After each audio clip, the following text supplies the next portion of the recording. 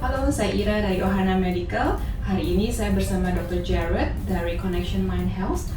Beliau adalah seorang psikiatri yang sudah berpraktek lebih dari 20 tahun dan dia adalah Medical Director dari Connections MindHealth. Hi Dr. Jared, thank you for being with us today. No problem. Dr. Jared, I know that there's a lot of people who are having problems sleeping. They have insomnia, they can't sleep at night and they have a very tired morning. Yeah. So usually does this insomnia problem, right? Does it comes from health problem or is it just from mental issues? Okay. So a lot of times we see insomnia as a symptom. It could represent an underlying physical illness, like thyroid problem or even things like heart failure. So we always have to make sure that we rule out those conditions first. This involves assessing the patient, doing some blood investigations, for example. Sometimes we also work with other professionals, like ENT surgeons or even neurologists if we detect that the insomnia is due to a medical or physical issue. So once we are certain that there is no physical condition causing the poor sleep, then we might want to suspect whether the insomnia is due to a mental health condition like depression or anxiety. So is there any difference between depression and anxiety? Okay, so depression, depressive disorders and anxiety disorders, there are actually many types. So a lot of times when a patient has depression, we're actually saying that the patient has got very serious or very pervasive sadness.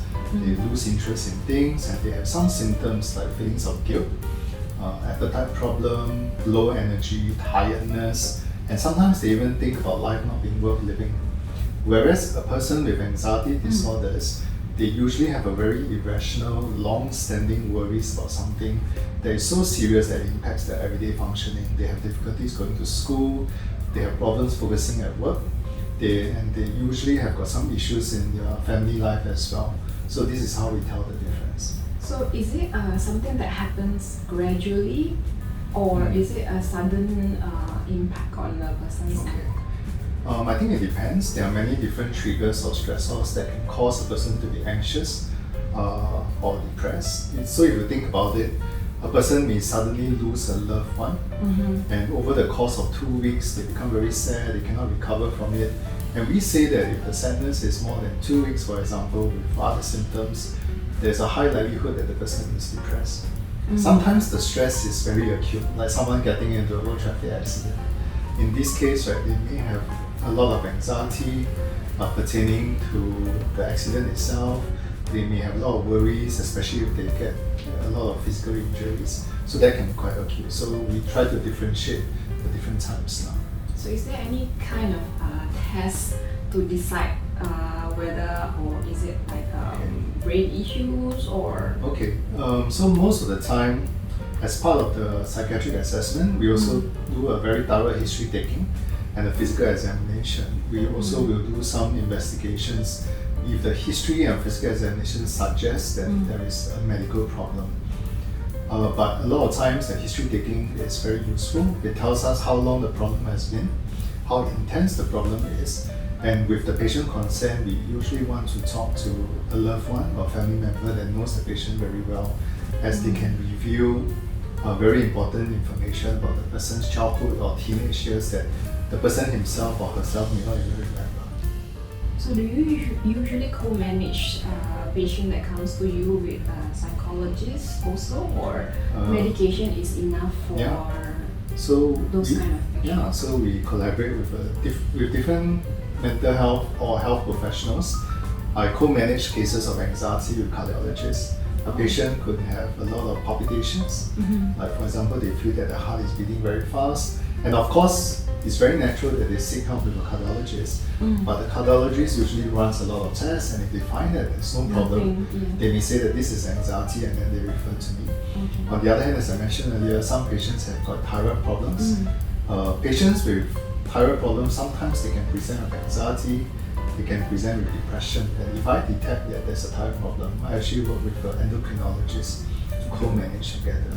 But if you come back to mental health professional, I think what's important is that we find out actually what is triggering the patient's anxiety or low mood. We find out what they are comfortable with, whether is it medication or therapy, and then we work with the individuals, mental health professionals like psychologists or even counselors to help them.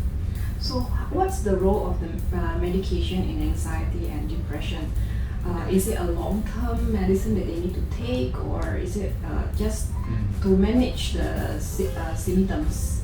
Okay, so there are different types of medication that we use to manage anxiety and depression. So if we focus on anxiety, there's basically two groups of medication. One group is what we call SSRIs, and there are some others as well. But SSRI is a type of antidepressants that we use to treat anxiety disorder as well. So those medications, if you say long term, I'll sometimes ask how long is long term.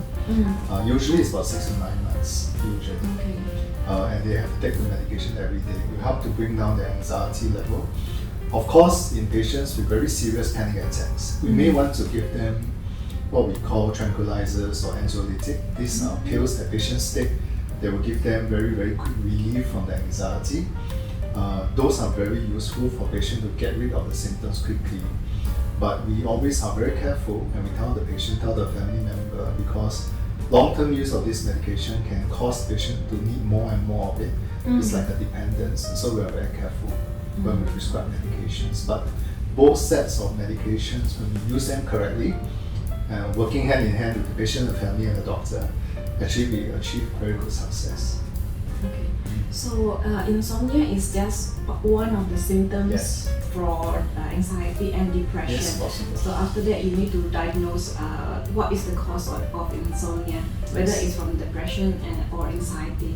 Then from there, you will give them medicine that helps with the symptoms and either for the anxiety or depression, so the patient can cope with their life normally in the future. Hopefully, stop the medication altogether. Yes, definitely. And medication is one part of the treatment. Sometimes, like we said earlier, we need to find the cause. I remember seeing a patient that had very poor sleep. Of course, we tried medication, but it turns out that the patient was missing the late father a lot, and this was the 1 year anniversary. And leading on to that time, he started to think a lot of the father. He can't sleep, so it was established that the patient had what we call pathological grief, and we ended up not just using medication, but working very closely with a grief counselor to help the patient process the grief. So it's not a just very complex problem. It is. Yeah. It takes a lot of different specialties come together to resolve all these problems. Yeah, and we're all working together for the best interest of the patients. That's important. Yeah. Thank you so much for No the problem. information, Thank Dr. you.